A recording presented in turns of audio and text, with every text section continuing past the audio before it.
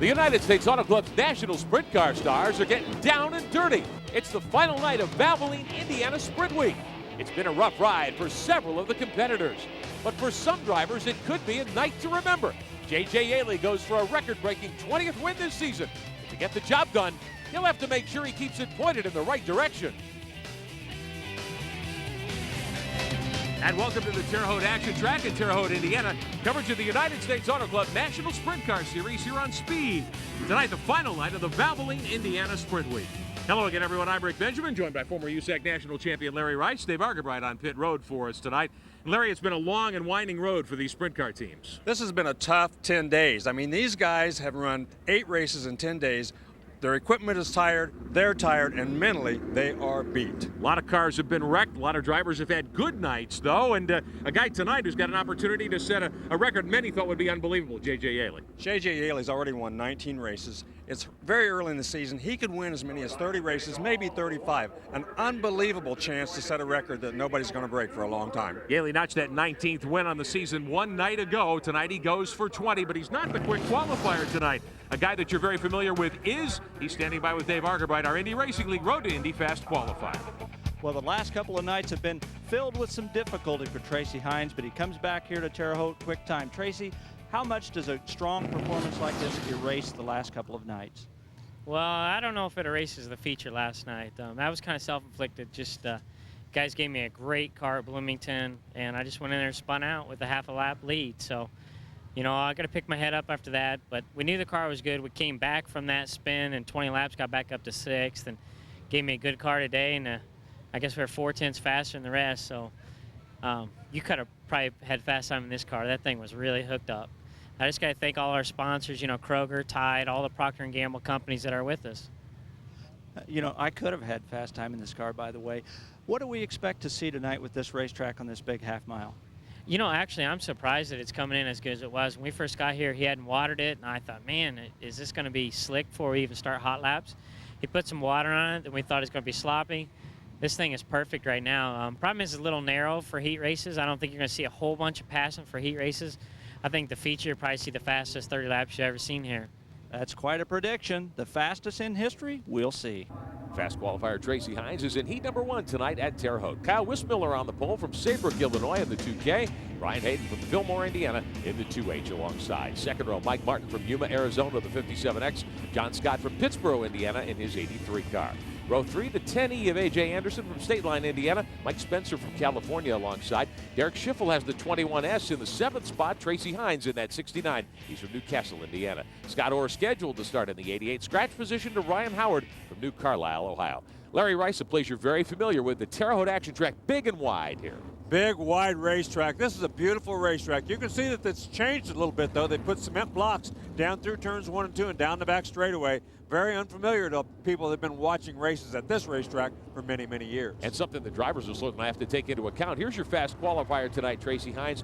4/10 quicker than the field. That's dominance. That's very dominant. I don't know how he did that. It's going to be tough, though, come feature time for him to maintain that kind of dominance. He's had a tough week so far. I mean, he got upside down a couple of nights ago at Lawrenceburg. He was leading and spun at Bloomington. So he wants to make amends. He'd love to come out here and win this race, believe me. And some drivers in front of Hines in this starting lineup that are regional Indiana drivers. Mike Martin from Arizona invading tonight in a Buck Buckley chassis car. Safety car is in. 8 laps to go. Larry, what do you look for in the early going here? Well, Brian Hayden from outside of the front row. He's very good at this racetrack. He runs very well in these big, wide open racetracks. I look for him to jump out in the lead, but I think Tracy's going to work his way up through there pretty quickly. Derek Schiffel from Columbus, Indiana, unable to make the start of the 21S. 8 laps to go, and we are underway at Terre Haute. And Brian Hayden does get a pretty good jump from that outside front row position. He's going to get down into turn 1 first. You can see they're running from top to bottom all over this racetrack. Kyle Wismiller second. 3rd spot, A.J. Anderson in that yellow and red 10 powering his way into position. Tracy Hines is on the move already in the 69 car, side by side for the lead. Yeah, Wismiller got a good run off of there, and you can see there's lots and lots of traction. Just like Tracy Hines said, this racetrack is very wet right now. It's going to be very tough to run very high on the racetrack because when it's wet from top to bottom, you have to run the shortest way around the racetrack in order to beat anybody. A.J. Anderson cutting the 10 car to the bottom, saving ground on the inside. Hines is already up to 4th. At 26 of Mike Spencer running nicely in 5th spot. Hayden still leading, running high. Yes, and Tracy Hines running pretty high on the racetrack too. Wismiller running the bottom, Anderson running the bottom, everybody else running up kind of in the middle of the racetrack. And as we've said many times this year, Larry, the higher you run at a place like this, keep that momentum up. It gives you a big advantage sometimes. It certainly does, and it's just going to depend on how wet the racetrack is. It will develop a cushion, and there you can see it's getting the middle kind of dusted off already. And when that cushion develops, you're either going to have to run clear against it or clear on the bottom of the racetrack. Anderson takes the 10 to second. Here comes Hines on the inside. He'll get by Wismiller for third. Tracy Hines really flying here. Oh, and look at Anderson. He's really got that car set up soft. He's got a soft bar in that thing, really getting that left front tire up in the air. Brian Hayden starting to show some smoke in the 2H off the right side of the motor down the backstretch. Yeah, that's not a good thing early in the race like this. Maybe just a small leak getting on the headers, but still, it is a leak, and you don't want to see that. Wismiller in the white number 2. Mike Spencer in that red 26 for fourth spot on the high side. He'll get away and get around Wismiller, take the final transfer spot for now. And this is the kind of racetrack that these California guys usually like. A big, wide open, wet racetrack. They don't like the little slick, short tracks as well as they do these big, wide open tracks. Spencer, last year's Rookie of the Year in the SCRA. That's the top wingless sprint car group on the West Coast. Brian Hayden in the 2H trying to hang on to a qualifying spot with smoke showing from the motor in that car. Well, he sure is, and he's just barely hanging on right now. He's in third, but Spencer blows by him going into turn number 3, slides up in front of him, and I think he's probably losing a little horsepower in that car right now. A.J. Anderson in the 10, Tracy Hines in the 69. White flag in the air. They're battling for the top spot. Hines is out in front. Here comes Wismiller back on Hayden now. Yeah, Hines got around going down that last front straightaway. Now Wismiller takes the last transfer spot. Hayden's going to have to pull out a trick here if he wants to get back into the transfer position. Brian Hayden using the high side, trying to lean on the cushion and get some bite out of 4. He won't get there. Wismiller will take 4th. John Scott takes 6th. Hayden fails to qualify. Is that a case of the engine going sour? Well, I think so. Hayden, he was in the right spot on the racetrack. He was up there in that cushion. He had the throttle down to the floor, I'm sure, but it just no horsepower left. He just couldn't power around him on the outside. Tough break for him. Great run for Tracy Hines in the Dynamics. Hoffman, 69, started fairly deep there, 8th spot on the grid, and brought that car to the front quickly. That shows you how strong that 69 car is tonight. Yeah, he's very strong tonight. This is John Scott we're riding along with, and he had a tough race. He started up in 4th, but he fell back pretty quickly, and near the end of the race looked like he was gaining, but just took him too long to kind of get his act together. Only 4 cars make it from the heat directly to the 30-lap feature tonight, and for Scott and the rest of the field, they have to run the semi now. Yes, and you don't ever want to run that semi, especially if you qualified out of the top 10 or 12. Fans at Terre Haute certainly know they'll get their money's worth here at the action track. Heat race number 1 tonight. Hines is your winner. A.J. Anderson comes on for 2nd. Spencer and Wismiller. Hayden fading at the end of 5th, and he's one of those drivers who'll have to go to the semi. Well, his big thing is he's got to go back in the pits and find out what his problem is, get that thing back up on song so that he's got enough horsepower to run with these guys. And the fans here know that when they come to Terre Haute, they're going to see a terrific show. This is one of the legendary Midwestern short tracks. Dirt, it's been around for decades. That's right, and it hasn't changed. The racetrack itself hasn't changed all that much. We'll be back to talk to the winner and bring you the second qualifying heat in just a moment. Back on speed, the USAC National Sprint Cars tonight at Terre Haute with Larry Rice. I'm Rick Benjamin, getting set to push off the field for qualifying heat number 2. Meantime, the winner of the first heat, Tracy Hines, is with Dave Argabright. Tracy Hines is indeed having a great night, winning that heat race. Tracy, what does that tell you about the racetrack, getting an opportunity to race 8 more laps there? The track's really good. The bottom's good, middle's good, top's good. Right now, this, like I said before, this is probably the raciest track I've seen out here in a long time. You know, these Hoffman guys have got me a great twister chassis right now.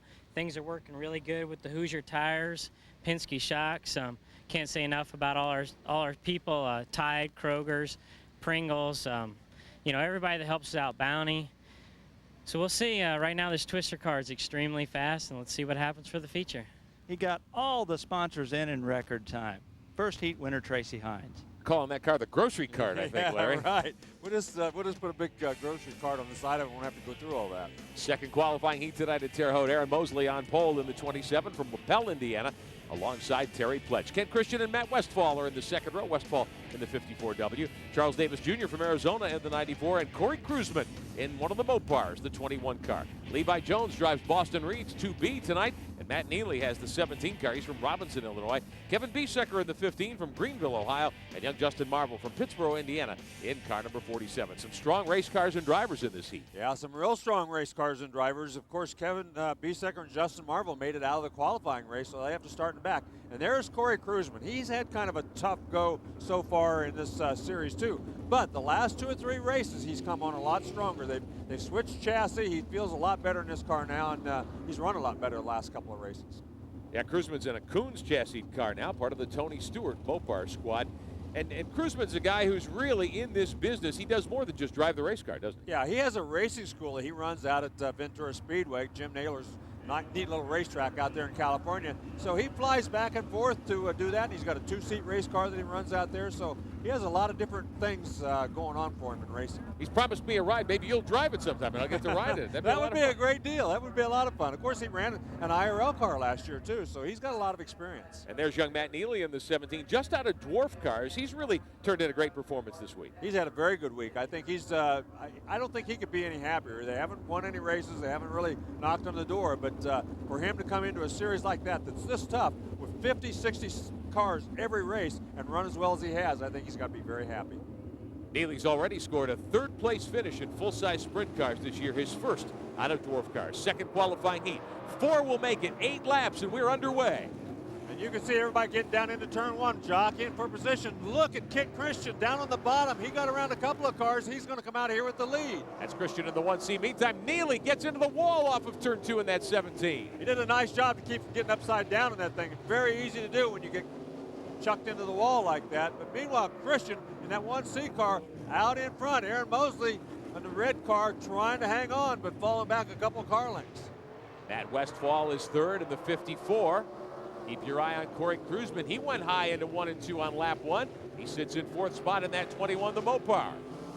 Yeah, everybody's running right on the bottom or right up about middle of the racetrack. Nobody real high right now. As the night goes on, that cushion will get moved up, but right now it's like Tracy Hines said earlier, it's a pretty narrow racetrack. Look at Kruzman, though. He got a good run coming off there. He'll probably dive to the bottom.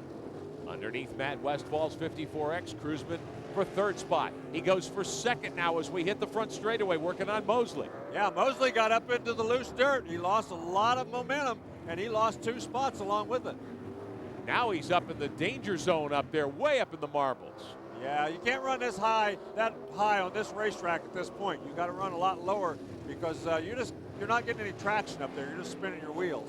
Levi Jones steering Boston Reed's 2B. Boston hurt in a grinding crash earlier in Valvoline, Indiana sprint week. Levi trying to get that car up into a qualifying spot. He's on the bottom. He's right on the bottom. Justin Marvel right behind him. Both those guys moving up. Marvel now to the inside of Levi. Jones in that red, white, blue Lucas Oil car makes another pass. And then gives the spot right back up again. When you do that, when you cut to the bottom, you got to make sure you can hold the other guy off. Well, that's the problem. You've got to be able to hold it. You've got to get enough speed going through to run that slide job and carry your momentum off of the corner. If you slide up that cushion and kill all your momentum, don't get off the corner. It doesn't do you any good at all. 2 laps to go this time by. Only 4 drivers make the feature. There's the 54 of Westfall right in front of Reed. The 94 car, Charles Davis, directly in front of those 2. Yeah, and right now, Levi Jones trying to pull out a little trick here. He needs 1 more spot to make that transfer. He knows it as well as anybody in the racetrack right now. White flag will be in the air this time by the 54 car of Westfall, holding on to the spot. The 94 of Howard, Kruzman in the 21 up in front in 2nd spot. Kent Christian is driven off from the field. Final time around, here's Reed going for it on the bottom. Yeah, he moved right to the bottom of the racetrack. Got a lot better traction down there that time than he has in the past. Now he's going to try to blow. Oh, he didn't get the slide job pulled off, but I think he made Westfall nervous enough that Westfall moved up the racetrack and had to let him go. Checkered flag, and Levi Jones will qualify in the 4th spot in the 2B. Leaned that Nerf bar right against the other race car to get the spot. Right, he never touched him, but he came oh so close that I think Westfall just flinched a little bit, moved the race car a little bit, and when he did, he moved high enough on the racetrack to let Levi Jones get that position. Nice move, but pretty risky one at that. From Plainfield, Indiana, Ken Christian in the 1C started third on the grid in his own Roudabush Excavating KC chassis with a Chevy motor. Went to the front quickly and held the field at bay. Good run for Ken Christian. Very good run for him. He's a guy that works on race cars all week long. That's what his profession is working on these things. And he's had a up and down career. He's had some really good rides, and he's had years where he didn't even have a ride. So great to see him back in front. Take a look at the top 5. Corey Kruzman was on fire at the beginning. I thought he'd reel in Christian easily, but has to settle for second. Yeah, he did a great job getting into second. But once he got there, I think he thought, well, we can do this from here. We're in the race, so that's the main thing. Charles Davis Jr. scores a nice third. Levi Jones, we saw him take the 4th and final qualifying spot away from Westfall the last lap and a half. Yeah, Westfall's not going to be happy having to run that semi, I can tell you that. So 2 heats are in the books at Terre Haute. We'll be back to talk to Kent Christian and set the lineup for the 3rd heat right after this on Speed. Push trucks are rolling. The field getting fired up for the 3rd qualifying heat tonight. Again, 8 laps. 4 cars will make the main. Meantime, let's talk to the winner of the 2nd qualifying heat tonight. Kent Christian is with Dave Argabright. Kent Christian, you had Corey Kruzman nipping at your heels. You've ran these Indiana tracks for a lot of seasons. Give me a quick assessment on the level of competition this week in Indiana Sprint Week. This week, it's been about as tough as I've seen it. In Indiana, it was real tough to make the shows, let alone do anything of any good. You know, your dad is, I see him helping in your pit crew. He was overheard a couple of days ago saying, I don't know if I'm helping him, but I sure am having fun. How big an importance is it to have him around to help you? Well, first off, we're not going to get rich doing this, so we got to have fun. That's the main thing with this crew. We want to do good, but we also want to have fun. And having his experience has been a big help. There is no better way to have fun than winning races. Kent Christian got a good start on the night. Well, you got to have fun because you don't make a lot of money, like he said, and his dad was a pretty darn good racer himself. Take a look at the starting lineup for the 3rd heat. Dean Franklin on the pole from Oklahoma City in his own number 42. Mark Jessup from Canby, Indiana, and that red 3R alongside. That's the Rocksteady Racing Machine. Take a look at your 2nd row tonight as we line up the cars for the 3rd qualifying heat. Tom Hessert III from Cherry Hill, New Jersey, and that is the backup car for Jay Drake's team, alongside John Stanbro, who won 2 nights ago at Lawrenceburg in his own 57, a victory lane interview we won't soon forget. That's for sure. 3rd row on the inside, the 17B of Derek Davidson from Lafayette, Indiana, the R&B Racing Machine. Young Jonathan Vennert in the 54. He's from Vincennes, Indiana, the VRT Motorsports Twister. Take a look at the 4th row, the guy everybody shoots for in these events, J.J. Yaley from Phoenix, Arizona, in the Tony Stewart Mopar, car number 20. Yes, and he's 7th quick tonight. If everybody makes the feature race, he won't get to start up front. He'll have his work cut out for him. Bud Kading lines up alongside Brent Sun, the 29 from Campbell, California, the BK Motorsports Maxim. Kenny Carmichael is shotgun on the field in the 92. He's from Terre Haute, Indiana, local driver, C&W Motorsports J&J. And we're on board tonight as well with one of the drivers in the field. That would be Mr. Yaley, and we're underway at Terre Haute. Yeah, and Yaley goes right to the top of the racetrack, trying to find a way to get around these guys early. The more cars you pass early, the easier it gets. But so far, he hasn't gotten around very many people, to be honest with you. Derek Davidson to 2nd spot. Big trouble. One car slips way up high on the racetrack. That's the 42. He gets collected there. That's Dean Franklin, the pole sitter. Yeah, he sat on the pole, but he got bumped into and just knocked up the racetrack. That's going to kill his chances to win this race, probably. Bud Kading is on the move early. That red and white 29, the BK Motorsports car. He's up to 3rd. Yeah, you see, when Yaley went to the outside, he went right to the bottom. He had a lot better luck on the bottom of the racetrack than Yaley did on the top of the racetrack. That's John Stanbro, and right in front of him, you can see he's got a brand new tank on that car from a crash he had this week and tore the tank off of it. Stanbro was so strong 2 nights ago, led just about all the way at Lawrenceburg. Yaley, meantime, rim riding in that 20, pokes the left front in the air, trying to get to the front. Well, he's been noted for doing that with that car. That Twister chassis has always liked to carry that left front. They always have sway bars on it and soft shocks, trying to get a lot of traction off the corners. But if it jumps around too much, it hurts you. So you got to hit a happy medium. What a great view from Yaley's car, and you get a sense of just how dirty it is to go dirt track racing in a place like Terre Haute. Right, and what you see through that camera is exactly what he's seeing. That's why you have the tear-offs. That's the reason they put 13 or 14 up on there, so they can tear one off each time their lenses get dirty. John Stanbro directly in front of Yaley. Stanbro with a win a couple of nights ago. Yaley with 3 wins here in Valvoline, Indiana Sprint Week. He's the points leader of this series within a series coming in tonight. The 3R machine of Mark Jessup continues to run up front, but he's got a full field of great drivers right behind him. Yeah, Yaley doesn't seem to be making much progress on him right now. Stanbro running in third seems to have the softest race cars. He's really lifting the left front off that car. But Kading running right around the bottom is just persistently gaining on Jessup. And Kading goes for the lead. 2 to go, down in 1.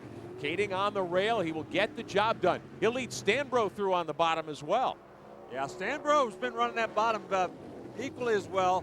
But he right now is going to maybe slide front. Yeah, looks like he is. But look how he lifts that left front. He really has a soft right rear bar in that car. White flag in the air. Bud Kading is now the leader. Stanbro in second. Mark Jessup hanging on to third. Yaley rides fourth. Yaley's been all over the track searching for some traction in that 20 car. Yeah, Yaley, you've noticed he's been trying to run the top, trying to get a cushion built up there so he can gain some speed. So far, there just hasn't been any buildup up there, and the short way around has been the fast way. Bud Kading collects the checkered flag in the third qualifying. Not sure if Yaley got by Jessup at the line or not. He was on the move on the bottom. Yeah, it looked to me like he might have gotten by him just barely, but Bud Kading didn't charge to the front, get there very quickly, but in the end, he got the checkered flag first, and that's all that really matters. So Kading in the 29 is your winner. Stanbro follows. Yaley's back there. Jessup back there. We'll get the complete order of finish for you in just a moment. Third qualifying heat in the books tonight. Now the track's starting to change, Larry, and if you were like Tracy Hines and you ran early tonight, you got to be watching to see what's going on here. Believe me, every driver in the pit area is keeping very close watch on what's happening out there because it's getting a little blue groove. It's getting a little slick right in the middle of the racetrack. That cushion really hasn't built up to where it's wet enough to really get a hold of it at the bottom. The bottom of the racetrack is really the fastest way. It's still wet on the bottom. But I think the more cars that run and the longer the night goes on, when that slicks off, then you're going to have to start searching again because it's going to be a lot different in the feature than it is in this race right now. As far as Yaley is concerned, he won those 3 features in this Indiana Sprint Week very early. He's had problems the last couple of nights getting to the front. Didn't seem to be that stout in this race. Kading your winner, Stanbro, Yaley, and Jessup the top 4. Derek Davidson will have to run the semi to make the feature tonight. Yeah, Derek Davidson struggled a little bit during this series. He hasn't run nearly as good as we thought he might.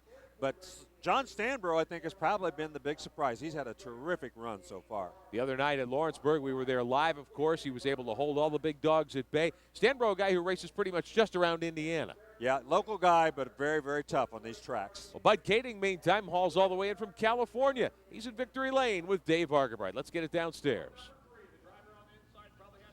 Brandon Bud Kading, the winner of this heat race. Now, I saw you just a couple of years ago win twin features here. Is this one of your favorite racetracks? Yeah, this is definitely one of my favorite tracks. I mean, use a lot of throttle here, and it's really fast. It's one of my favorite places in the country. Here in Manzanita, you know, they're awesome tracks. We just kind of lucked out in the heat race there. JJ tried to move me up on the start, get me out in the marbles, but you know, we kind of got on the bottom down there in 1 and 2 and got back under him, and you know, fared out to be a really good race for us. When a racer's having a great season, as he is it extra motivation to race him just a shade harder than normal? Yeah, I don't know about that. I race everybody equal, unless it's my brother and my dad. Then you give a little bit. But you know, this Lone City High Five Pizza Max, and you know, our whole team's been putting in a lot of hard work this week. Been trying a lot of new things, and we lucked out with Kokomo getting the win in there, and we're off to a good start here, third quick, and winning the heat race. You know, it was a heat race, but we beat JJ. Well, one thing he does like to do is use the throttle. Wins that heat race. Well, he likes this place, but he was hurt here a couple of years ago and laid out part of the season. So he's got some memories of both sorts of the Terre Haute action track, but a very strong run in that qualifying heat for young Bud Kading tonight. 4th qualifiers out on the racetrack. We'll have the starting lineup for you when we continue here on Speed. Welcome back on Speed. Cars have been fired. They're getting set to line up for the 4th qualifying heat tonight here at Terre Haute. Again, 8 laps, 4 cars will qualify, and Larry Rice, some pretty strong contenders in this field. Well, there's been 50, 60 cars every night. We've had as many as 67, so it's always a strong field when you've got that kind of competition. Take a look at the drivers who make it to the 4th heat. Brian Tyler from Parma, Michigan on the pole. He won a pavement race at Anderson earlier this year that you saw on Speed. And the veteran Tony Elliott from Kokomo and Jeff Walker's 11 alongside. Former national champion Dave Darland in a new ride, the 25 car.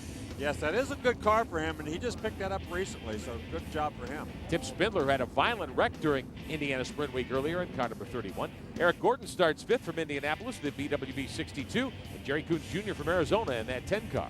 Yeah, and Eric Gordon, not noted for his dirt running. He usually is a pavement guy, but he's done pretty well here in this series these last couple of weeks. Fourth row, SCRA veteran Troy Klein in the 11C, and Jay Drake from Valverde, California, and Keith Coons in 67. Jimmy Laser shotgun.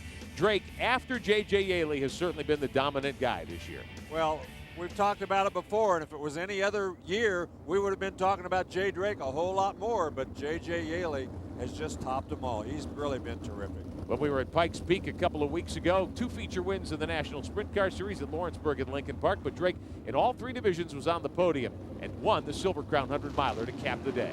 He was very dominant out there at that race, as dominant as I've seen anybody in the dirt cars for a long time. Green flag is in the air, lap number 1, Tyler up high, but here's Darlin to the bottom in that red and black 25 going for the lead. Once again, the bottom of the racetrack was a great advantage as he jumped right down there very early and jumped out in the lead. Now Tyler comes back on the outside. Tony Elliott in the number 11 on the bottom. 3 wide momentarily. Tyler in that orange 6 car up high, and he's having trouble getting around on the high side. Boy, he certainly is. You can see that the 11 car of Elliott having all kinds of trouble. He's really getting that left front way up in the air. Troy Klein in the Haas CNC number 11 up from deep in the field. He's 4th already in front of the 31 car of Spindler. Yeah, Troy Klein, he's moved right to the bottom of the racetrack. He's running lower than anybody else, actually. He's very, very low, almost against that inside rail. Bud Kading alluded to it earlier. Terre Haute may be the closest thing to a California-style sprint car track that we have in the Midwest. Yes, because right now it's very moist. They're used to a lot of moisture out there. A lot of those racetracks close to the ocean, they get in the dew from the ocean, so very, very moist racetracks. Whereas back here, when it doesn't rain, it gets very, very dry. Bob Sargent has done a terrific job preparing this racetrack tonight, though, as he's got a lot of moisture very deep, it looks like. Battle is for 4th. Californian Jay Drake and the Vital Express 67 on the high side, trying to get the spot away from the veteran Tony Elliott. Eric Gordon's right there, too. Yeah, tough break for Elliott. He's moved back. He's not in the transfer spot now. Look at Troy Klein trying to make it 3 wide. Couldn't get under Darlin, though. Darlin in the 25, carrying that left front wheel off the corner. Brian Tyler up high, has the lead by a whisker, but here comes Darlin right back at him. And Darlin on the inside, Jay Drake on the outside. All of those guys trying to find the best spot to run, or in some cases just trying to find a spot where there isn't another race car in the way. Now you know why we love sprint cars so much. This is one of the great races we've seen all year anywhere. Klein to the bottom in the 11. They're 3 wide. And Darlin just got a little bit high, and he gave Klein an opening. Klein took it, and Darlin had to get out of the throttle, and he lost 2 spots all at one whack. Jay Drake in the 67 goes up to the cushion, trying to make a drive on the outside and get back into a qualifying spot. He may not make it. Yeah, he made a little bit of a mistake, and he lost 1 position. Now then he's going to try to get around Darlin, who's begun to fade here in the last couple of laps. Jerry Coons Jr. in the black 10 sits 5th. Darlin in the 25 was the leader. 1 more lap around this big half mile. Tyler's 2nd. Drake and Darlin battle for 3rd. Coons is 5th. Yeah, and those 2 guys running side by side, not giving anybody behind them much of a chance or much of a lane to get around. And as long as they're doing that, look at this. Looks like Tyler might lose that 2nd position. Only 4 will transfer. Tyler and Darlin side by side for 2nd. Drake scores 4th. 5th to Coons, 6th to Gordon, 7th to Elliott. Troy Klein, the surprise winner. Troy Klein had about a 6 or 7 car length lead there at the end as the other 4 guys were all battling for 2nd, 3rd, 4th, and 5th. We watched Klein the other night at Lawrenceburg, and I wouldn't say he was lost out there, but he certainly wasn't a contender. This, though, kind of like Paris, a big half mile. He's got a lot of experience in places like this out west and a great drive here. As you said, I think this track suits the Californians a lot better than some of these shorter, slicker racetracks that we've seen so far. So Troy Klein comes from deep in the field. He started back on the 4th row inside. Starting 7th and 8 laps, he gets to the lead and wins going away. But I'll tell you, the battling between Tyler and the 6 car, Darland and Gordon, it was unbelievable back there. Yeah, it was. And when Troy Klein can start beside Jay Drake, go ahead and win this race going away, and Jay Drake is still back there battling, that's a pretty good job because Jay Drake is pretty doggone tough here. Drake does make the feature tonight, but Klein is the winner. Is that a matter of car setup? Well, it is a matter of car setup and a matter of brakes. If you get to the front early, it's a lot better than trying to battle your way through there later. Take a look at the top 5. Klein defeats Tyler. Darlin gets 3rd ahead of Drake. Jerry Coons just misses Qualifying for the feature out of the heat race, he too will have to go to the semi-feature to try to make tonight's 30-lapper that will cap off Valvoline Indiana Sprint Week here at Terre Haute. Troy Klein has had a fling in stock cars. He's moved to Mooresville, North Carolina. He's raced in the NASCAR Winston West Series, but he wins the qualifying heat tonight at Terre Haute. Let's talk to him, Dave. Troy Klein, I believe that was about as good a heat race as I've ever seen. Tell me about wheel to wheel with the likes of Dave Darlin and Brian Tyler. Oh, it's great running with them guys. You know, you can give them some room, they can give you some room, and you can run with them guys all day long and don't have to worry about running into each other. And that's what we came here to do. And you know, we've embarrassed ourselves the last couple nights, not make the show, and come out, qualify 8th quick, and win the heat race with them guys, and it's great. You're a veteran of several seasons out west on the tracks in California and Arizona. Is this Terre Haute track more to your liking, the big half mile? I've always liked the big tracks. You know, I like to go fast, Manzanita, Eldora, Terre Haute. We run here quite a bit, so we know the track a little bit better than some of the guys that only come here for the first time, but it's great. You know, Haas CNC Racing car is great, and Pix Racing Engine just built us a brand new engine for this deal, and that's been awesome. Give me a quick assessment of your opportunity in the feature here. What do you feel that is going to play out here? Well, we've moved from the West Coast to North Carolina to try to do a Busch deal, and we ran a couple races last year with a little bit of success.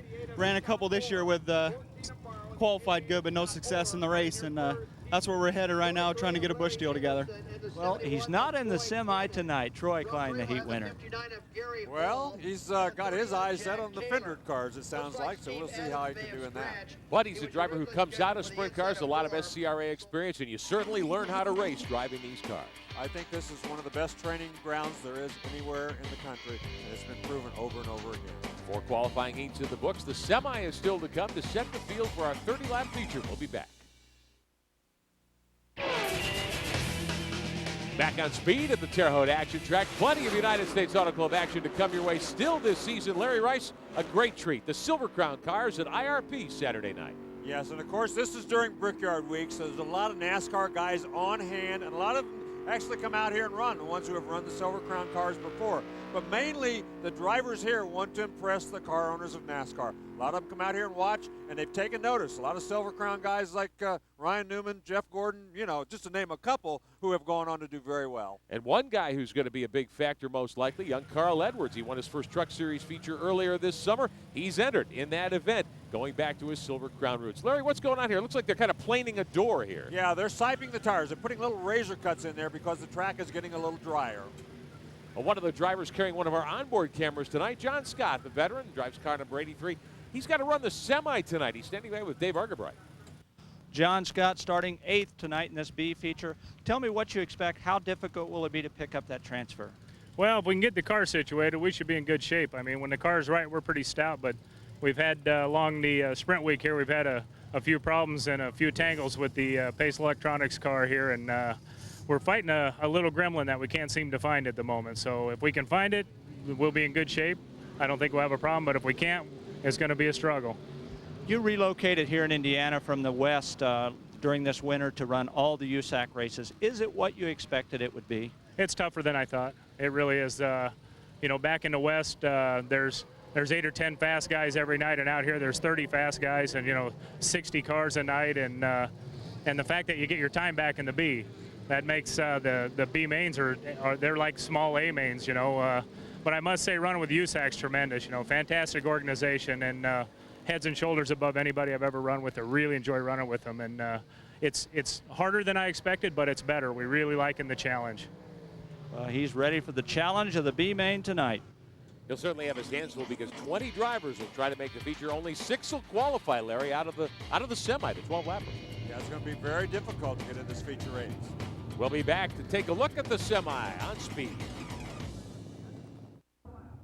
Back on speed, coverage of the United States Auto Club National Sprint Cars with Larry Rice. I'm Rick Benjamin. Dave Argabright is on pit road. The field for the semi-feature, Larry Rice, 12 laps, only 6 drivers qualify. 20 will try to make it. Yeah, it's very, very tough. If you're starting past the top 8 or 10, it's almost impossible to get up there. Let's take a look at the field. Matt Neely has the pole in car number 17. Whacked the wall in his heat race. Derek Scheffel in that red 21S is alongside in row number 1. Jonathan Bennett in the 54 starts 3rd. Jerry Coons Jr. from Arizona, the Tucson area, in that black number 10. He'll line up in 4th spot. Fifth, the veteran Derek Davidson in the 17B, and Eric Gordon, who just missed making the main out of his heat race in the BWB, car number 62. Going to the fourth row, John Scott, talked to him a moment ago, West Coaster, who's moved to the Midwest in the 83, and Matt Westfall in his family's 54W. That is that white race car outside row 4. The fifth row, the black 31, Tim Spindler. He flipped violently a couple of nights ago. Mike Martin from Arizona in car number 57. That's the orange and silver car you see going by. Take a look at row number 6, young Tom Hessert, 17 years of age. Tom Hessert III from Cherry Hill, New Jersey. And Brian Hayden in the 2H started up on the front row of the first heat tonight. Aaron Mosley starts 13th. And how about Tony Elliott back there in 14th? He's very deep in the field. He's going to have a great drive to even make this race tonight. Scott Orr and Dean Franklin in the 8th row. Kenny Carmichael and Kevin Biesecker in row number 9. Final row on the grid, Ryan Howard in the white number 9. Justin Marble in the 47. 12 laps, 6 drivers will make the feature, and we're underway at Terre Haute. Well, Neely got a good run off of that bottom. We'll see in this race if the bottom's still the place to be running. It looks like it has been all night long, and so far it looks like it's going to be in this race. Heavy traffic down the back straightaway. Jerry Coons, Jonathan Vennard running 3rd and 4th. Eric Scheffel there in the red 21 in 2nd spot. Yeah, Neely, he slid up the racetrack. He's moved up the racetrack. He started right on the very bottom. Now he's right in the middle of the racetrack. So this guy's still using a lot of different grooves. So it's still going to be a pretty wet racetrack, pretty nice. Eric Gordon in the red 62. Here's John Scott. We take a ride with Scott. He's way up in the loose stuff. Yeah, he's way up over the cushion. That's not the best place to be. It's not the fastest place on the racetrack right now. So he's got to get that thing back down. It looks like, again, up and over that cushion. The cushion is not very deep. It's very thin, so you got to hit it very lightly. Is that just a case where he can't get the car to turn going into the corner? Yeah, I think he's just getting in there a little too hard. He's trying to slide up and catch the cushion, but he's just blowing right on through it because it's not deep. It's not a very heavy cushion. Derek Davidson in the 17B runs 3rd. Vennard in the 54 is 4th. Then you've got Gordon, Jerry Coons in the 10 car. They're in your top 6 right now, and they're starting to move away from the rest of the field. Yeah, the top 6 have moved away from the rest of the field. Those guys will all make the race unless somebody back there can muster something and come up there and give them a little bit of a challenge. John Scott is 7th in the 83, but there's about 7 or 8 car lengths between Gordon and Scott. Now Scott goes to the bottom. Meantime, Matt Neely continues to lead. Eric Gordon back there in 6th spot, still running pretty strong up there. He's keeping up with Jerry Coons. There he jumped over the cushion a little bit, but still a pretty strong run for him. Sun's down, total darkness now, and it looks like the track's really drying out, Larry.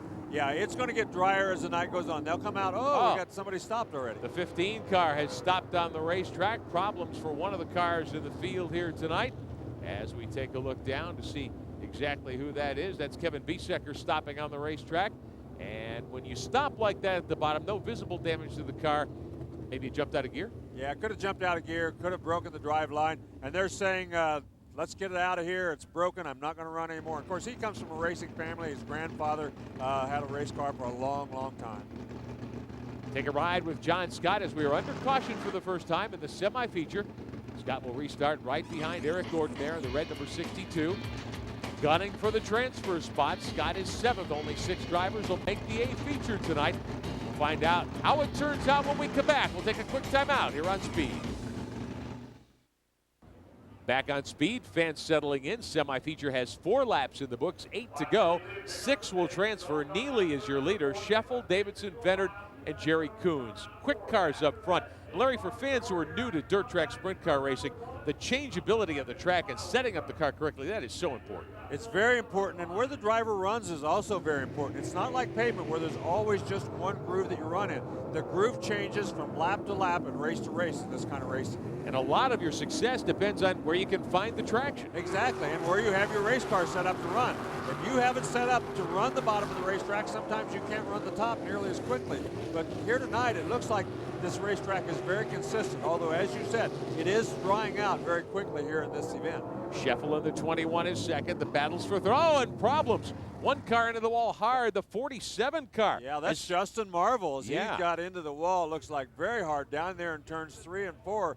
You can see the steam coming out of the engine, and you can see the thing is all bent. You can see a tie rod or something off the left rear there, so he's got some major problems. Almost looks as though he got upside down before he whacked the wall. He broke a lot of suspension pieces. Yeah, he certainly did. he's got a lot of work to do on that race car, and he won't be back in this race, that's for sure. Justin climbing out of the race car, third-generation racing family. Yes, it is, and it's good to see him climbing out of that thing. His father raced for a long time. Now Justin races, and you can see he's not feeling all that great. He sat down right away.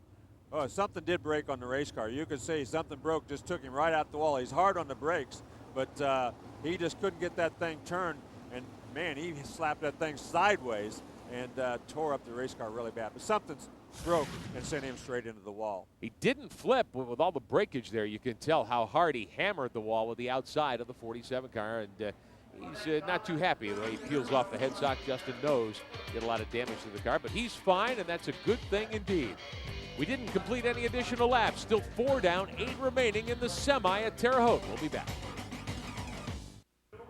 Back on speed coverage of the USAC National Sprint Cars. Larry, they start them young here in Indiana. They certainly do. He's got his ears all lit up, and he's having a great time down there in the infield. Full crowd of fans here for the final night of Valvoline Indiana Sprint Week, and I know there are fans who followed this entire tour. Oh, yes. It's been a huge motorhome gathering at every event, and this racetrack at Terre Haute has a huge infield, so they've got a lot of spectators who just come, throw their blankets out, and have a lot of fun. 8 laps to go on the semi. 6 will qualify for the feature. Green flag is in the air. Matt Neely, the restart leader. Jerry Coons, Eric Gordon going for the glory back there. There's Brian Hayden in the 2H, way high. Yeah, he tried to go to the outside. There's somebody in front of him, so he got way over the cushion. Cost him a lot of time, but meanwhile, that battle back there for the 6th spot's pretty heavy right now. Jerry Coons on the high side in that black 10. He's back around 5th spot. Jonathan Bennett is there. Tony Elliott getting going in the blue 11 car down on the bottom. Yeah, Tony Elliott, remember, he started way in the back of this thing. We said he's going to have to work his tail off to get up front. Well, evidently he's worked his tail off because he is getting up towards the front. Started back at 14th spot, but he's in the hunt now, up and around 6th position, and you need to be in the top 6 to make it. Well, I think he set the race car up to ride right on the bottom. That's where he's staying. He hasn't moved off that the whole race long. Meanwhile, Eric Gordon in that red car, he's done just the opposite. He stayed up on that cushion all race long. That's Gordon in the 62. Here's Elliott in the 11, going to the bottom underneath Jonathan Bennett through 3 and 4. Matt Neely continues to lead. And Bennett has switched where he's running. He was running the bottom, now to the top, and that's really hurt him because he hasn't really found a place that he or his race car likes right now. So he's going to have to solve that problem if he wants to get back into a transfer spot. Derek Schiffel is second in the red 21S. Eric Davidson in that white 17B very much in the mix. He sits 3rd right now. Jerry Coons gets by him for a spot. Right, he's in 3rd. His teammate Derek Davidson in 4th. And meanwhile, Elliott in that blue car down on the inside just keeps moving forward. But he and he and Gordon, are having a heck of a battle back there as they pass each other 2 or 3 times. Great battling for the transfer spots here at Terre Haute. Jerry Coons in the black number 10 is on his way. Derek Davidson 4th in the white 17. Whoa! Then it's Gordon and Elliott. Elliott almost spun that thing. He got his wheels up in that black where it's slicker, and there hasn't taken rubber. It's just black and slick right now. And he got a little too high, and he doggone near spun that thing, and that would have been a disaster after all the cars he's passed. Jonathan Bennett is 7th in the blue 54. He's got to get around Elliott if he's going to make the feature here tonight. Yeah, he's kind of settled on that top groove, and he's been running about the same speed as Eric Gordon up there, but he hasn't been able to gain anything on him. And he desperately needs to gain about 4 car lengths right now. Now he moved back to the bottom of the racetrack. A couple of cars past Derek Davidson. Davidson needs to get going. White flag is in the air. One more trip around the half mile here. Yeah, Davidson lost 2 spots all at once. Trouble. John Scott stops. Tough break for him. Just looked like he rolled to a stop back there on the back straightaway once again. Usually a sign that either the engine quit or the driveline gave out. John Scott was up to 7th spot earlier, but was slowing down, and I'm wondering if maybe the motor just gave up in the car. Well, may have, and he's had a tough season. He's had a tough series, especially here recently.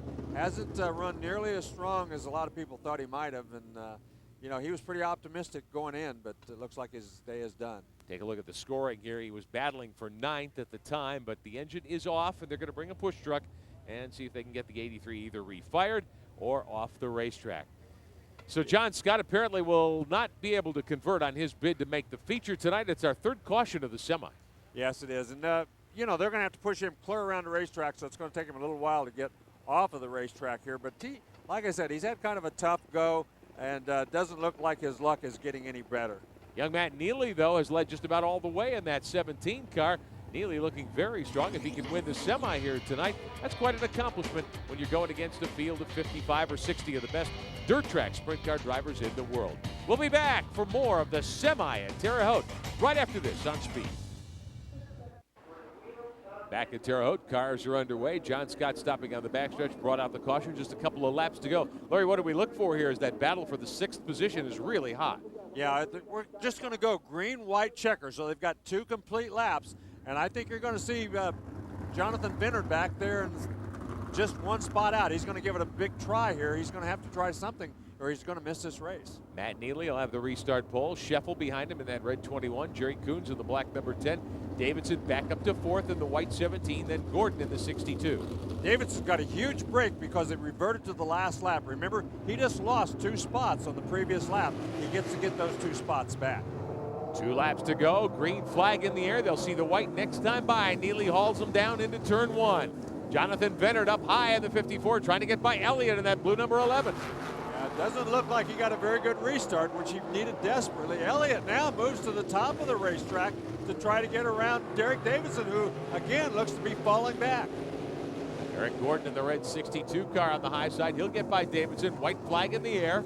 Less than a lap to go, and Jonathan Bennett may have gotten himself in a qualifying spot here. He pushed the front end right there. He lost precious time. He didn't need that little bit of a mistake, but he's still very close. He has a chance to get around Elliott or Gordon here going into the front straightaway. Gordon is 6th, Elliott 5th. Bennett is on the gas trying to get by, but he will not get there. Just didn't have a lane, I think, to drive that car through in the middle. I think right there at the end, he just didn't quite have enough. I mean, he gave it a good try, and he had a shot, but he made a little bit of mistake down in turn number 2, and it really cost him all the way down the back straightaway. Pretty impressive drive in that Lytle Electric 17 for young Matt Neely. He defeated some pretty strong teams. Well, you got to give him a lot of credit. Like you said, doesn't have a lot of experience in sprint cars. He beat some great race car drivers. I mean, you know, Jerry Coons Jr. is no slouch. He's been around a long time. And, of course, back there, Tony Elliott, a guy who's won dozens and dozens of these races at places like Terre Haute. Derek Davidson's had a lot of success. And young Jonathan Bennett certainly has been very strong many times this year. So to see Neely go wire to wire and win the semi tonight, yes, it's a non-qualifiers race, but certainly a very impressive performance, and maybe he can back it up with a good run tonight in the A main. He's in victory lane downstairs with Dave Argabright. Matt, it's always stressful to have to run the last chance semi-feature. Is there added pressure when you've had such a good qualifying effort earlier in the evening? No, actually, I think it's better because I kind of know what the track's going to be like, you know, and I know what changes we need to make right now, and I think that's a big benefit for us. Now, you've got a good starting spot for this feature event now. How close is your car to being capable of winning this race? You know, I'm just going to be happy with a top 5 finish. You know, it's great to even get a run with these guys. I mean, these guys are the best of the best, so, you know, I hope we just get a top 5 out of this deal. It's been somewhat of a stressful, difficult sprint week for just about everybody, yourself included. How important is it to close on a high note like this? You know, I think it gives us a lot of drive to keep going, you know, and keep trying hard, and, you know, a good qualifying effort means a lot, and to end on a good note is really going to be nice. 30 laps for this feature event coming up. And when we go to the feature, it's not like he has to start at the back. No, he doesn't. He's got a good starting spot, so he's got a great chance. And I think for a young man like this to come here, it would be terrific to finish in first 5. In fact, we're getting word that Neely will be able to start on the 3rd row for the feature. We'll come back with the starting lineup for the A main at Terre Haute in a moment. Back at Terre Haute on Speed, getting ready for the night's feature. Larry Rice, Jay Drake has had an excellent season in all 3 USAC divisions. One of his biggest wins, though, came at Toledo a couple of weeks ago. Yes, and that's because with that win goes an IndyCar test. And believe me, every driver here tonight wants to set himself in an IndyCar. Ron Hemmelgarn, of course, owns a championship team in the Indy Racing League. He's from Toledo. He sponsors the competition at Toledo Speedway. Jay Drake and Ron told us about that night. It's our Indy connection. We won that race over in Toledo, and it was Hemmelgarn night there. And the prize for winning that sprint car race is to get to opportunity to have a test in his Indy car. So that's quite a prize to be able to win, and really looking forward to getting to do that. I really like USAC racing. I like sprint cars and Silver Crown cars and midgets and so on. And I just want to give back to the sport, and I just want to give these guys opportunities. You know, unfortunately, I give them a test, but you know, they still aren't getting these rides, and I'd sure like to be able to do that. Actually, I'm trying to work on a program where we can take some of them up through the Pro Series and so on. We got Aaron Fike that runs a Pro Series car. He's a good USAC driver and driver of the year and all kind of things. And so, I don't know. I just like those kind of race car drivers. To me, they're very they race on a different track every night. I mean, they're truly love the sport of racing, and I just want to contribute. It's been a lifelong dream of mine to become an IndyCar racer, and definitely to race in the Indianapolis 500. So anything we can do to pursue that goal, we're going to go after it and see what we can make of it. Jay Drake did a fantastic job. I know he's going to run the IndyCar very, very well, and hopefully we can get him an Infinity Pro Series ride. And you know, we've had Dave Darland. Dave did a phenomenal job. Dave Steele, he did a phenomenal job. I mean, these guys are talented drivers, and I'd sure like to see them be able to move up into the Indy cars. And, you know, they need time. They need the Pro Series. They need to get that experience for rear engine cars. And, you know, I'm probably one of the last guys that support them, but I just keep on going, and everything goes well. I'll do it again next year, and hopefully it'll just become an annual event. Well, we certainly hope he does that. It'd be great to see Jay Drake in an IRL car. Certainly would. And Ron's been doing this for a few years now, and it's always been a big benefit to these guys and something they always look forward to. So Jay Drake wins that test. He'll have it here later on in the summer, and he'll be going for a victory tonight here in just a few moments at the Terre Haute Action Track. There's a driver in the field here tonight who got into the main event lineup. Didn't seem as though he had a great chance to do it, but Tony Elliott's been at this game a long time, and he's starting to pick it up, I think, Larry. Yes, and he's with Jeff Walker, who's been a long-time car owner. They've worked very well together. And we'll see how Tony does tonight. He's standing by downstairs with Dave Argebray. Tony, you came from very deep in that B main to transfer. Very exciting. Now you've got a long way to go in the feature event. What can you do from here? Well, you know, we're getting this thing, you know, faster and faster each time we went out. And like I said, we were just so tight earlier, the car was trying to push to the fence and turn over. But we're getting her loosened up. And Jeff Walker, you know, the Stealth race car, Hoosier tires, we're going to get going. And, you know, like I said, we got our work cut out, but we got a great race car. And, you know, we love Terre Haute, and we'll make this exciting for you guys. You know, you've had such a good career, especially the past few years, that this year you've only won just a handful of races, and everybody talks about how you're struggling. Do you feel like you've turned that around at this point? Well, we're getting closer. You know, we had a race car out earlier in the year that we kind of struggled with, and, you know, we finally give up on it, got our blue car out, and we're fast. You know, we just had a couple little problems, but, you know, we aren't going to give up by far. We're fast, and we know we're fast. We're going to be right back in this ball game. Maybe blue is going to turn out to be your favorite color. Well, let's hope so. Sounds like a determined Tony Elliott. Yes, it certainly does. And he's been around this business a long time. He knows there's some ups and some downs. But like I said, he and Jeff Walker have worked together. They've been friends since high school, so they'll be okay. They'll get going again. Oh, we mentioned earlier in the broadcast, this is the capper to Valvoline, Indiana Sprint Week. 8 races, 10 nights. It's been a wild set of 7 so far to get us to Terre Haute for the final night and the deciding race in the championship battle. This is a series within a series. Let's show you some highlights of the first 7 events of Valvoline, Indiana Sprint Week. We kick it off in North Vernon, Indiana, back on the 17th of the month.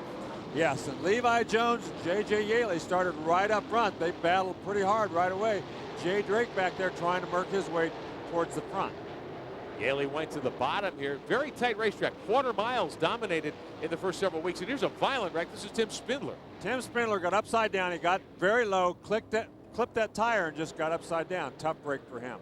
After all was said and done, it was Yaley working the high side, going unchallenged to take the victory in the first race of Valvoline, Indiana Sprint Weeks. Second night, one night later, Gas City I-69. Once again, J.J. Yaley with a great starting spot right up front. And try as he might, Jay Drake just could not catch J.J. Yaley. The 2 Mopar-powered cars, that's Drake in the 67. This is John Wolf in the 3W. He took a hard ride. Yeah, he just caught a little rut, got upside down. A couple of cars back there spun to miss him. But like I said, J.J. Yaley, he started up front. He never looked back. After his second win in 2 nights, I'm sure a lot of people were thinking Yaley might sweep the series. Third night, back on Saturday the 19th at Lincoln Park. John Stanbro on the outside, Boston Reed on the inside, and look at Tracy Hines doing wheelies down the front straightaway, 3 abreast. These guys started out going for it. Stanbro was plenty quick, though, all night long here. He certainly was. Oh! Hooked that rut, almost got upside down and gave Hines the lead. Boston Reed right back at him, and then Jay Drake and again Yaley end up battling for the lead. They certainly did. Yaley gave it everything. He wanted to get this sweep, and he gets by him, and then Drake just won't give up. He stays on the outside, gasses it coming down for the finish, and they bang wheels. Drake wins. By a whisker, Drake scores his first victory of Indiana Sprint Week. Then the next night, Tri-State in Hofstad, Indiana. Yeah, this was a heck of a race. John Stanbro got upside down early in the night, had to replace everything on the race car, came back running up front. He and Jay Drake, look at that, 4 wide, Yaley right in the middle of the mix. Drake runs in second spot in this situation. There's Yaley on the bottom of the racetrack. John Scott right back there as well, and Yaley gets to the front around Stanbro. Yeah, Stanbro just made one slight error, pushed the front end a little bit, and that gave the win to J.J. Yaley. He's 3 for 4 halfway through Valvoline, Indiana Sprint Weeks, and Yaley on his way to that record-breaking season. Next race was at Kokomo. And that's Corey Kruzman on the outside of the front row, one of his best starting spots during this series so far, Kading on the inside, and these guys battled hard and long during this event. Trouble here for Yaley, gets up in the loose stuff. Stanbro gets it turned around, does a 360 to keep going, but Drake stopped. Yeah, Drake is the guy who was the big loser there because he went to the back of the pack. Tough break for him. But Kading dominated. He won round 5 of Valvoline, Indiana Sprint Week. Kading's first win on tour. John Stanbro in the 57. This is Lawrenceburg on Thursday night.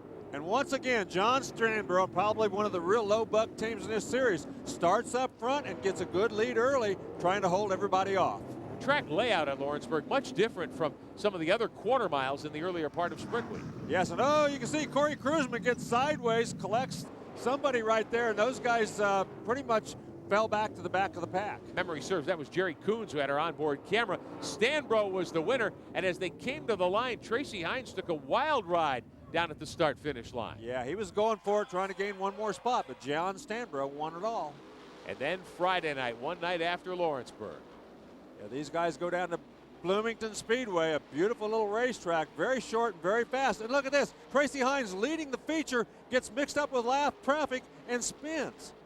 J.J. Yaley in the 20 car looked as though he was going to be the dominant force, and he was. On Larry Rice Classic night, Yaley the winner. Yes, and he tied the record right there. A terrific accomplishment. 19 national victories for J.J. Yaley. Tonight, an opportunity to break the all-time record. Let's take a look at the series standings after 7 races. Yaley leads Drake by 59. Stanbro, Tracy Hines, Bud Kading rounding out the first 5. We'll be back for the feature at Terre Haute right after this. We are back at the Terre Haute Action Track, the USAC National Sprint Car Series on speed. The finale for the Valvoline, Indiana Sprint Week. With Larry Rice, I'm Rick Benjamin. Dave Argerbright down in the pit area for us tonight.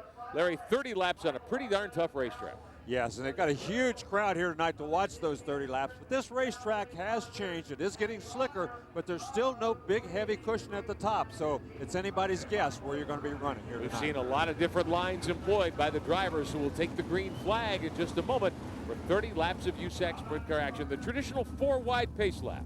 Yeah, they started this several years ago, a long time ago. It's been very popular with the fans. And believe me, you don't want to drop the green when they're like that. You'd have a heck of a mess. And you've got some great contenders. I think Levi Jones will have the pole for this one in that 2B Boston Reed's car. He is from Olney, Illinois. That's the Davis Racing entry. Derek Scheffel from Columbus, Indiana, alongside in the red 21S. Second row on the inside, Jay Drake from Valverde, California, and Keith Coons' Mopar, the 67. Bud Kading who won a heat race tonight in the 29. He's from Campbell, California. That's the BK Motorsports entry. Take a look at the third row. Semi-winner Matt Neely alongside Tracy Hines. What a great qualifying time for Matt Neely. Second quick amongst all these great guys. He's got to be feeling pretty good about this. And the 19 race winner, J.J. Yaley, starts 7th in car number 20 alongside heat race winner Troy Klein. Yeah, Troy Klein did a nice job in that heat race. Fifth row, Mike Spencer in the 26 from California. Corey Kruzman from Ventura, California. He's Yaley's teammate, the other Tony Stewart Racing Mopar. In row number 6 tonight, as we take a look further back, Jerry Coons Jr. from Tucson in the R&B Racing number 10, and A.J. Anderson from State Line, Indiana in that 10E. He did a great job in his heat. Anderson did a very good job. He had that race car set up very soft. It might help him in this race. 7th row, Charles Davis Jr. from Buckeye, Arizona, the Gale Davis Buckley, and Derek Davidson from Indiana from Lafayette in the R&B Racing 17. Take a look back at row number 8 tonight. Eric Gordon will start inside in the BWB 62. He's from Indianapolis. John Stanbro alongside. We saw Stanbro win a couple of nights ago in car number 57. Yeah, this is his worst starting spot, I think, all week. 9th row, Kent Christian, who won a heat in the 1C. Dave Darland in the Steve Chrisman, number 25. He starts way back in 18th, but he was plenty quick earlier tonight. The 10th row has Mark Jessup from Canby, Indiana at the 3R, and Tony Elliott, we talked to him earlier, from Kokomo in car number 11. Kyle Wismiller in the 11th row makes the main. That's the white 2K. He's from Saybrook, Illinois. Brian Tyler from Parma, Michigan, the K&D, number 6. He's plenty quick, but he's got a long way to go tonight. He certainly does. He's got to get that Joe Dooling car up front, and Brian Hayden will start scratch, and he must have got his engine fixed. It's not smoking anymore. Back in 23rd, that's on a provisional starting spot. 30 laps to go. We're on board with Yaley. Let's take a ride. The green is in the air. Levi Jones got a good jump and jumped into the lead right away. Scheffel down on the bottom, though, went they just kind of switched positions going into turn 1. Everybody scrambling for the correct groove. Derek Scheffel in car number 21 moves to the bottom, trying to take the lead, and he gets by. Several drivers, though, over the cushion up in the loose stuff. Yeah, the cushion just is not very thick. You've got to hit that cushion very, very gingerly if you want to stay on it. As you saw, 3 guys blew right through it just by getting into the corner too hot. Tracy Hines is on the move early. Remember, he set a track record in the first qualifying heat tonight, and also was the pole sitter. Fast qualifier out of more than 40 cars that are here. And Hines on the bottom looking for a place to race and get to the front. Yeah, and you can see the guys that are running the cushion, Hines especially, you have to be very careful. It's black slick right below that cushion. So you've got to get your right rear on it, but you can't hit it so hard that you blow through it or you lose a lot of time. Matt Neely in the 17 won the semi. He's up to second. This would be a great drive for the young driver if he can get to the front and lead some laps here. Wow, if he is having one heck of a race, if he could actually win this thing, what a big boost for a young guy that hasn't got a whole lot of experience in sprint cars. Yaley, right in front of him is Mike Spencer from California in that 26. And listen to the throttle control. He wasn't flat on the throttle. There's a lot of wheel spin out there. And there he goes by Spencer. He did a big slide job on him, went in under him, slid up in front tangle. of him. Bud Kading upside down, snap rolls a couple of times, and another car upside down. Derek Davidson gets the wall and goes over. Davidson tried to avoid the accident, got in the wall, and he got upside down. But Bud Kading got that thing sideways, got that left rear down there, it dug in, and he just took off. He took a heck of a ride. But threw the steering wheel out. You can tell he's pretty disgusted with the whole thing. He had a great run to win the qualifying race earlier. Now comes to grief in the first couple of laps in the feature. Well, good to see both of those guys out of the cars. They're okay, but obviously very disgruntled. You can tell Kading is upset. I'm not sure whether he's upset with himself or somebody else, but he's not a very happy man. This happened back in traffic, of course, and we talked about how so many guys are using so many different lines, it's easy to run out of racetrack in a situation certainly like is. that. They're trying to put him in the ambulance right there, and he said, no, I'm not getting in that thing. I'm okay. But what happened to him earlier here at this racetrack, he got upside down, and he disconnected the retina of his eyes, so he couldn't see very well. Put him out of contention for about a half a season, really. Bud looks fine, carrying the helmet back to the pit area. He hit hard enough to knock the Valvoline patch off his uniform. That gives you an indication of how hard that flip was. Here's another look as they come out of turn 4. That's Scheffel out in front. There's Kading. He wanged wheels with another car. Yeah, he just got up there, got his right front into the left rear of another car, and it sent him flying. And Derek Davidson all by himself, I'm not sure how he got out there. Probably just tried to get on the outside and got into the fence and upside down. Here's another angle as they pour out of turn 4. There's Kading getting into that wheel. That was Jerry Coons, I believe, that he got into. Yes, and you can see Derek Davidson got into somebody else. I believe that was Pletch that kind of pushed him out into the fence is the reason he got upside down.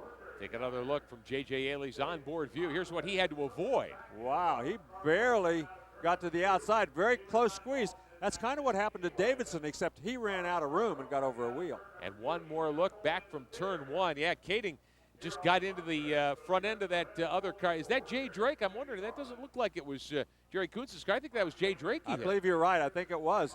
And you can just see he really got up in the air and came down very hard. And right there's the car that he got over.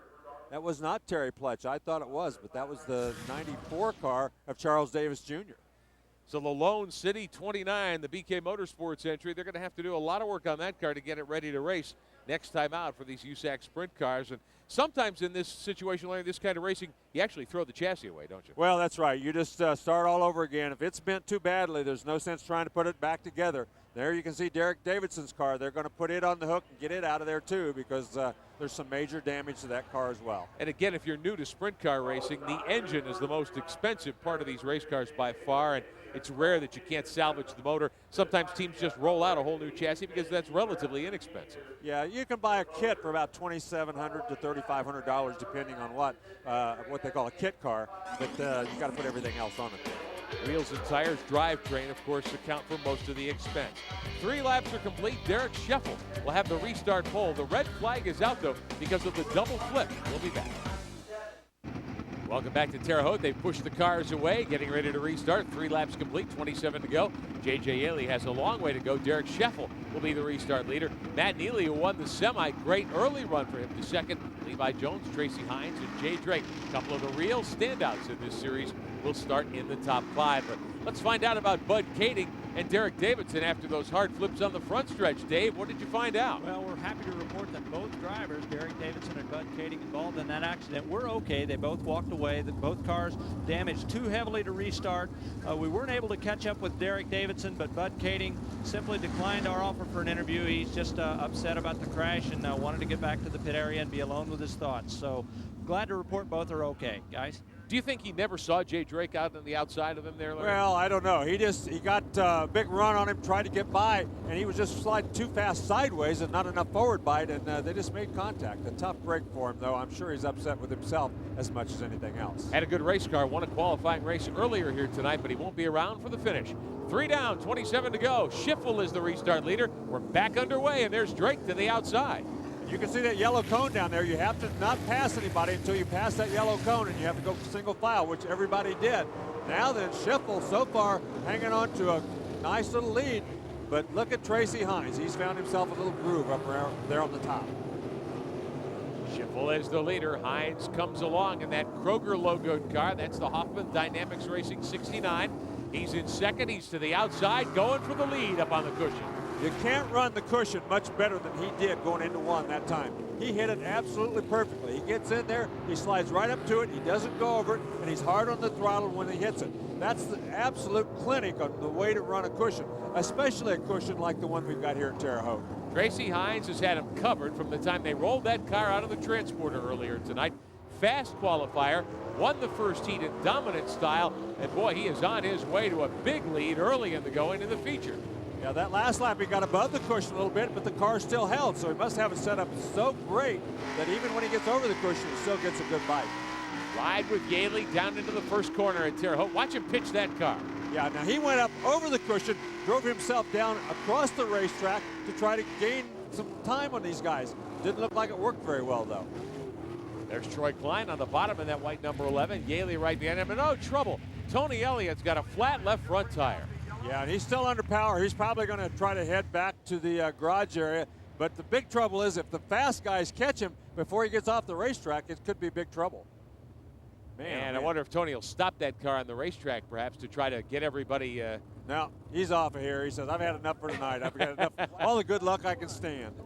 So Tony Elliott goes to the pit area, and we are under caution here at Terre Haute. 6 laps are complete, and the caution waving on lap 7. And Tracy Hines looks like a guy it'll be hard to catch tonight. Well, when he was 4/10 of a second faster than anybody qualifying, I thought that might have been a fluke, but it doesn't look like it was. Tracy has a great race team, plenty of experience here. Obviously has everything going his way in the early going, but there's some great race cars behind him. We'll be back with the restart at Terre Haute.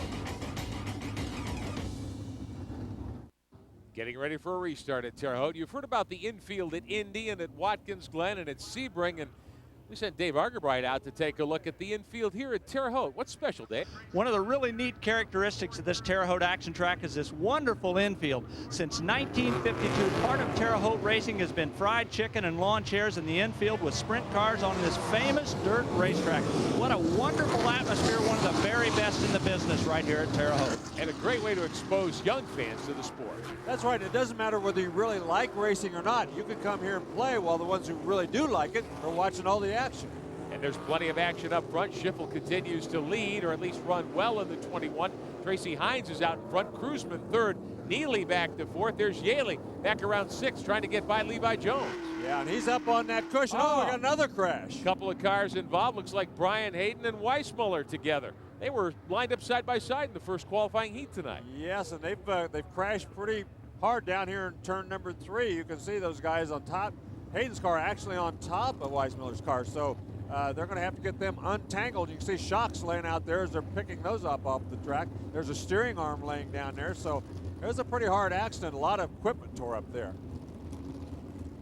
Weissmuller from Saybrook, Illinois, climbing out of the 2K, and Brian Hayden's yellow 2H up on top. Those two guys tangled in the corner, and that's not uncommon in sprint car racing. No, it happens a lot. These are open wheel cars. It's very easy to just get a little too close to that wheel in front of you, and when you do, the car climbs up over it. Looks like Hayden might have just got up over that wheel, landed on top of him, and then tore everything up. You can see the bumper on his car is all tore up as well as a lot of other things. Happened right after the restart, so we didn't get another lap in. We'll have another restart, still 6 laps complete, 24 remain in our feature tonight to cap off Valvoline Indiana Sprint Week at the United States Auto Club. And this is a full contact kind of sport. These cars are designed really to tear off the bumpers and the Nerf bars, aren't right. Some of this equipment is made to come off so it doesn't really hurt the driver, kind of absorbs the energy. But on a restart like we just had, it's very important to get a good restart. You can try to sneak by 1 or 2 guys on that restart. Obviously, Hayden was trying to sneak by. There just wasn't enough room, and some contact was made. Tracy Hines and the Kroger Dynamics. That's the Hoffman family car, the 69 famous race team that's been around this sport for an awfully long time. And Tracy Hines is their wheelman in sprint cars, does a terrific job. Derek Scheffel right behind him from Columbus, Indiana, in a family-owned car. It's a Stealth with a Chevy. And Scheffel certainly is going to have his work cut out for him if he's going to be able to get up and run with Hines. Yeah, Hines, everybody's going to have trouble getting around Hines, and he really looks fast here tonight. Corey Cruzman sits 3rd. Neely and Klein round out the first 5. Still trying to separate the 2 cars that got tangled up in the corner. While we have the opportunity, let's take a quick timeout. We'll be back on Speed. Safety car is in, looking for a restart one more time here at the Terre Haute Action Track. The final night of Indiana Sprint Weeks for 2003.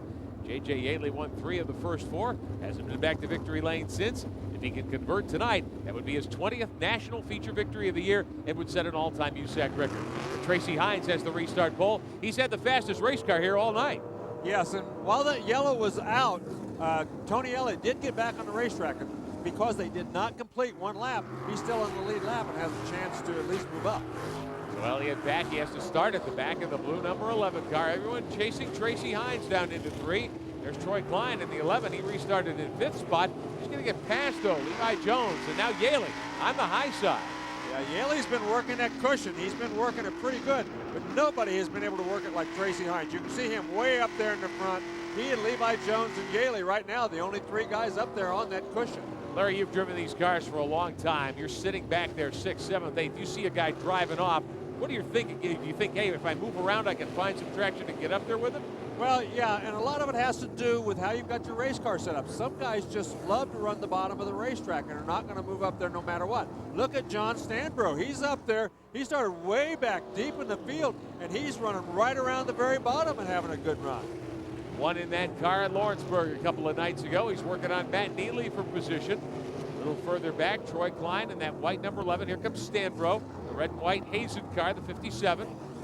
Wow, he's really been moving up because he's right on the bottom. You can see that right on the very bottom of the racetrack, there is still a little wet dirt down there. He's obviously been able to get right on that inside guardrail, get a hold of that wet dirt and move forward. Meanwhile, you can see Yaley back there with our camera on the car. He's right in the middle, he's right on the top. He hasn't been clear to the bottom of the racetrack yet. This is my first year of being around the United States Auto Club with you, Larry, but it seems that Stanbro prefers the bottom just about everywhere we see him. Yeah, he runs the bottom a lot of places. He did run the cushion a couple of places, though, on those short tracks. But here tonight, he's been on the bottom all night long, and he's been very successful as he pulls up right behind Scheffel.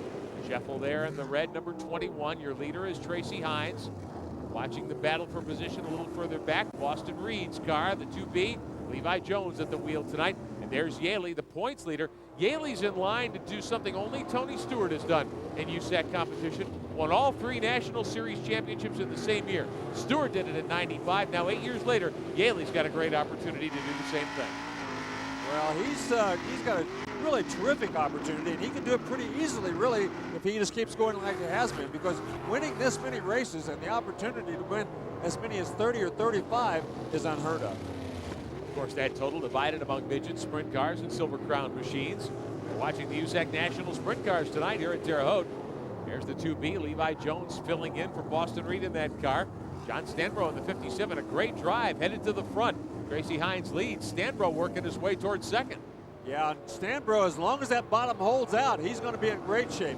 What's going to happen, though, is as he goes around people, some of them are going to move to the bottom and try to follow him. And the more cars that go down there, the slicker it's going to get and the quicker it's going to get slick down there. So he doesn't want anybody else running that bottom. He wants to keep all that wet dirt down there all to himself. Here's your leader, Hines. He's running up high in the 69 car and doing a terrific job. Yeah, he's got a good run up at the cushion. We've watched some of these other guys run up there on the cushion. There's Levi Jones, and they just don't seem to be as comfortable up there as Tracy Hines is. He's really got that race car set up perfect.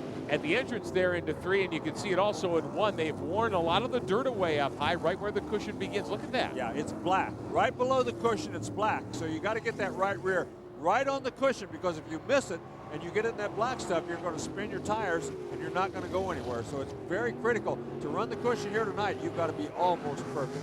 Stanbro on the bottom there in the red and white 57 car.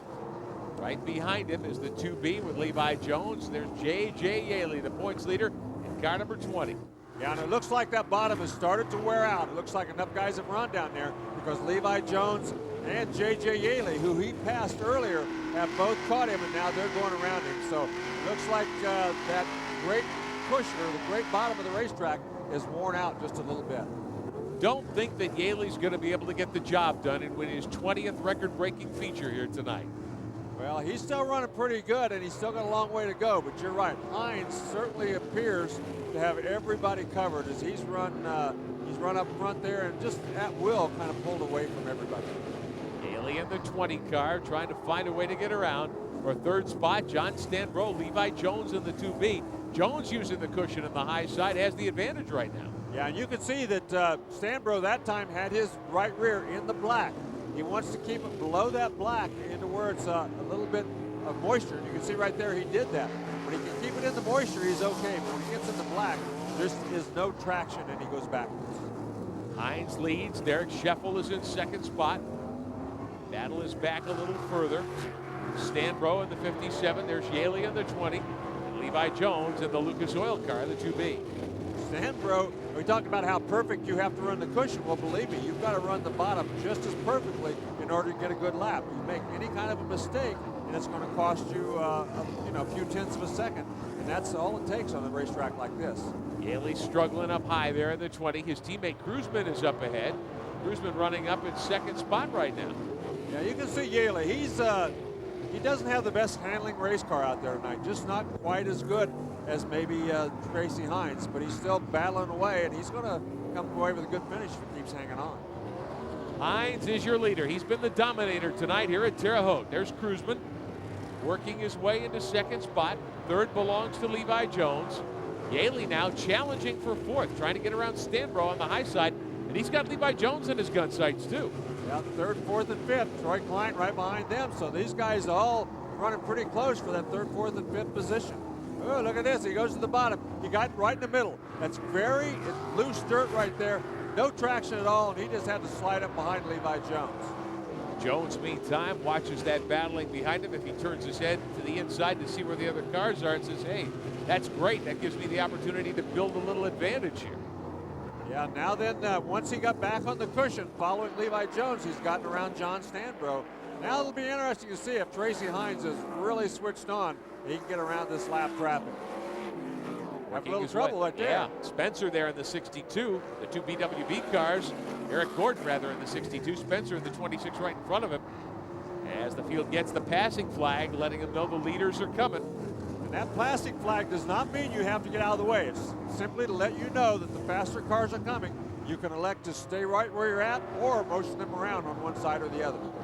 Battling for sixth position, that's Stanbro in the 57, Klein in the 11C, Yaley right behind him. They're going to get the 5 to go signal this time. Larry, look at the different lines they're employing coming off turn 4. That's the terrific thing about Terre Haute. You can run the top, you can run the bottom, you can choose where you want to run. There isn't just one place on the racetrack you have to be. That's why everybody has loved this racetrack for all these years. Stanbro in the 57 back there in 6th position. Battling for that spot with Klein. Tracy Hines all alone, and one car slowing down. There's a problem for one machine on the racetrack. Looks like Matt Neely's got a problem. What a tough break for that young man. He's had a great run here tonight. Look forward to a good finish, but looks like he's kicked it out of gear, and there's going to be a yellow flag. So the caution waves with a couple of laps to go tonight at Terre Haute. It shows on lap 26. We should see 5 laps to go when we go for a restart here, but it looks like the caution is waving, and we'll be reforming the field. Tracy Hines there will be the restart leader. There goes the 26 of Spencer around him. Hines took the lead early. No one's challenged him. Yes, and Tracy Hines did not want to see this yellow flag. He had a rhythm. He had things going his way. He was pulling away. He had some lap cars in between them. Now then, everybody's going to get a chance to regroup, and this is the only way he could have lost this race. I don't know whether they can get around him or not, but at least now they have the opportunity. Second spot belongs to Corey Kruzman. Third to the 2B of Levi Jones. Yaley 4th. Klein in 5th. Everybody gets a chance to cool their tires down also. Yes, they do, and there's only one lap car between our leader and everybody else. All right, let's take a quick timeout. We'll be back for the finish here at Terre Haute. We're back at Terre Haute, getting set for a restart. Larry Rice, a 5-lap sprint to the checkered flag. Yeah, it certainly is, and like I said, Tracy Hines did not want to see this. It's going to give J.J. Yaley a chance, though, to maybe move up. He hasn't been, I mean, he's been kind of hanging on there with Levi Jones, but hasn't been able to get around him. Stanbro's the only guy he's passed in the last few laps. We've talked about this a couple of times this season. Yaley is a master at adjusting the car during the course of the race. He certainly is, and this gives him a chance to maybe do a little of that adjusting, and could give him a chance to get up a few spots farther. Let's just wait and see what happens. Tracy Hines goes to the high side as the green comes out. Stanbro, Kruzman in the 21. There to the bottom. Levi Jones in the 2B. And there's Yaley. You can see the onboard camera up on top of the roll cage in his car. Gets a good bite out of 4. He's chasing Jones. Yeah, he's standing right on that cushion. He and Levi Jones both stand right on that cushion. Stanbro, meanwhile, down there in lap traffic, that's Kent Christian right in front of him, and he can't get around. Tracy Hines leads him down the backstretch, and boy, it didn't take him any time at all to open that lead back up. No, and look at Kruzman. Kruzman running on the bottom of the racetrack, so we're going to find out real quick if that bottom's still good or not, because those other two guys are coming on the top. The 62, Eric Gordon, that's a lap car. Levi Jones now with a couple of laps left, trying to thread the needle and pick up second spot from Kruzman. Yeah, Kruzman, the bottom has just gone away. There's just too much black down there on the bottom of the racetrack, and now all of a sudden, the fast way around is definitely the top. You get a glimpse from Yaley's vantage point of just how heavy the dust is and how difficult the terrain is here in the last couple of laps. Kruzman goes to the bottom. Yaley, his teammate, sticks it up on the slick part of the track and goes by him on the high side. Yeah, and Kruzman missed the bottom, slid up. I think he was going to try something a little different because he knew he was getting past, and it didn't work there in the middle of the racetrack. Now he's moved right to the top. Yaley is third. There's a lap car behind the leader, Hines, who takes the white flag. 1 to go. Gordon will move, well, he won't move out of the way exactly for the 2B of Levi Jones, and Yaley says, thank you, I'll go to the bottom. Yep, tried the bottom, tried to slide up in front of him, didn't get enough momentum. Now then, Levi Jones, what's he going to do? Is he going to follow him? Yep, I think he is. He's just going to stay up there. That's going to give JJ a chance for a slide job. And he gets by him. Last time around, Hines is your winner. Yaley goes for second, and he takes the spot. Wow, he did try that slide job. He made it work perfectly. Levi Jones thought it was better to let out of the gas a little bit or crash. He didn't want to crash. So Tracy Hines comes back just 2 nights after a violent flip, taking the checkered flag at Lawrenceburg, and goes to victory lane here at Terre Haute. And a big night for Hines. Well, sets a track record in the heat. Dominates. Yes, he's going to be very happy with this, Rick, because he has had a tough week. I mean, he's run okay, but he hasn't run as good as he really had wanted to. And especially after spinning while leading, he had something to prove. So Tracy Hines rolls to a stop in victory lane here at Terre Haute. Great way to cap off 8 races in 10 nights. Yeah, and a well-deserved win. I mean, he had that thing dialed in from the word go. He and that whole team had this place figured out. And like I said, they all wanted to prove something because they should have won at Bloomington. Hines set a track record in winning his qualifying heat. He was the fast qualifier tonight, dominates the feature. He's with Dave Argabright downstairs in victory lane. Tracy will pull the earplugs, and Dave will get some comments from our feature winner tonight here at Terre Haute. Let's get it downstairs. Tracy Hines, truly a dominating performance. But how concerned were you to see that caution? I was petrified because his Hoosier tires did a darn good job in that race, but I blistered him, and that thing was shaking bad. Believe it or not, the last 10 laps, I was half throttle down the straightaway to keep it from shaking. If I could have saved him a little earlier, we would have been a little better than we were. You were committed to the outside all the way. Any thoughts on trying to move down on the racetrack? You know, I did at first, but to me, to run the cushion, it's a lot easier. You can mess up on the cushion, throw it up in the cushion, and dig again. On the bottom, you got to be perfect, and I can't run 30 perfect laps, so I got to do it my way on the top. You know, let's turn our attention now to the rest of the season. Can you make a run to repeat as the champion? I don't know. JJ's doing a good job. He's pretty much, you know, away from us as far as distance, but right now we got this new twister chassis. We just put it together last night, and the thing is awesome. This is the best dirt sprint car I've ever had in my life, and I can't wait to that $1 million race. That's all I got to say. Oh, he likes a couple of commas in that purse. That's a reference, of course, to the Eldora Mopar Million coming up here on Speed in September. That's the same chassis that Yaley has won so many races with, Larry. Yes, and you're going to see a lot of guys. That's going to sell a lot of these chassis for the Twister, because when a guy wins as much as these two guys are going to, it helps sales. Yaley finishes second with a last lap pass of Levi Jones. Corey Kruzman takes fourth. Troy Klein with a very good night finishes fifth. Stanbro hangs in there for sixth. He did a terrific job, came from 16th. And then Derek Scheffel, who started up front, but a good run for a top 10. I thought Jay Drake would do a little better tonight, but he had that wheel banger early with Bud Kading. Yeah, he had kind of a tough night, but they're still not bad. Gary Coons Jr., Charles Davis Jr. round out the first 10. We'll be back with more at Terre Haute. We're back on Speed. Victory Lane ceremonies going on here at Terre Haute. Great run tonight for Tracy Hines. Larry, what stood out to you about tonight? Well, I think number one, Tracy Hines' domination. I mean, he absolutely had everybody covered from the word go. He talked about he could mess up a little bit on the top, but I didn't see him mess up very much up there. It was a difficult cushion because it was not a big, thick cushion. It was something you had to hit very easily. And when you did get over it, you could get over it maybe a half a car width, but if you got more than that, you were in big trouble. You got up in the very loose stuff. So he did a nice job.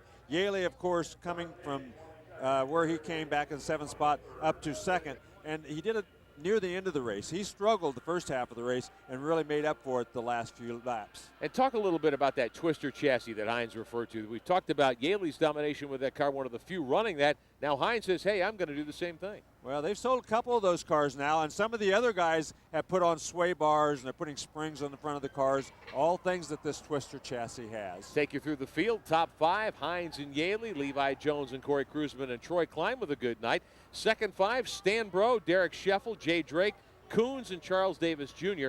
Following the third group of 5, 11th was Dave Darlin, Mark Jessup, A.J. Anderson, Mike Spencer. Eric Gordon really struggled tonight. Yeah, he had a little bit of a problem, but he did okay. That's not a bad run for him, actually. Kent Christian, who won a heat race back in 16th. Tony Elliott with that flat tire gets back on the racetrack and finishes 17th. And then young Matt Neely, who was running up front most of the night. I think he had a terrific night. I know he's disappointed, but he got to be very happy with the way he ran. Brian Tyler was up front in his heat race, but couldn't get hooked up in the feature. Brian Hayden rounds out the top 20. Kyle Wismiller and Hayden got hooked up there during the feature event, and Bud Kading with that violent wreck gets credit for 22nd in front of Derek Davidson, who also wrecked. Let's talk to our Indiana Sprint Week champion, Dave Argabright. The obvious question. You've talked all season about how good the twister chassis is, and tonight you finished second to a twister. Is there any concern that the league, everybody's catching up just a little bit? Oh, a little bit, but, you know, a lot of guys bolted roll bars on. You know, half the field have them now, and that's what a twister started out with. And, you know, it helps some, but we're still real fast. And, you know, Tracy was awfully fast here tonight. But, you know, my hat's off to my crew, Penske Shocks Midwest, Hoosier Tire, Weld Wheel. You know, there's so many guys to thank, Mopar especially. You know, it's just awesome to come out here with the Valvoline Indiana Sprint Week and run top 3 every night and win 4 of them. You know, I guess we could have won tonight, would have made it better, but unfortunately we had to finish second. Now, you won this Sprint Week title a number of years ago, but it was an incredibly close, tight championship. Is this one sweeter because of the little bit of dominance? Oh, absolutely. You know, last time it was a real tough one, and at a young age, I had a hard time with it. But you know, my main goal was to get out to a big enough lead that where you know, we didn't have to worry about it too much. Obviously, we were still going to win the race, but you know, we get a little bit more aggressive with setup, and if we crashed trying to win the thing, then that's what happened. You have Sprint Week now concluded. Do you turn your focus on the Triple Crown that you so much want to have? Yeah, you know, that's been the main focus the whole time, and you know, all 3 divisions, the midgets, the Silver Crown car, they've been awesome all season too. So, you know, we go into a stretch here. We got some midget races, we got some champ car races coming up, and you know, plan on going to win some more races for sure. Well, we congratulate you for a great Sprint Week, J.J. Yaley. Doesn't sound too bothered by the prospect of having Hines in a Twister chassis. No, he doesn't. He's a very confident young man, and well, he should be. He has won a lot of races, and he's won them in every kind of race car that he has driven. He is definitely, well, I can't say definitely, but he's on his way to winning the Sprint Car Championship and the Silver Crown Championship. But he might have some trouble with that midget championship. We will follow it for you all season long. Your final Indiana Sprint Week points. Yaley defeats Jay Drake by 75 markers. John Stanbro, Tracy Hines, Bud Kading the top 5. And Yaley is the national sprint car leader by 256 points over Hines, Drake, Kading, and Boston Reed, the rest of the top 5. Join us Saturday night from Raceway Park for the Silver Crown Series, 10:30 Eastern on Speed. We congratulate tonight's winner, Tracy Hines, and the Indiana Sprint Week champion, J.J. Yaley. For Larry Rice and Dave Argabright, I'm Rick Benjamin. We'll talk to you Saturday night here on Speed.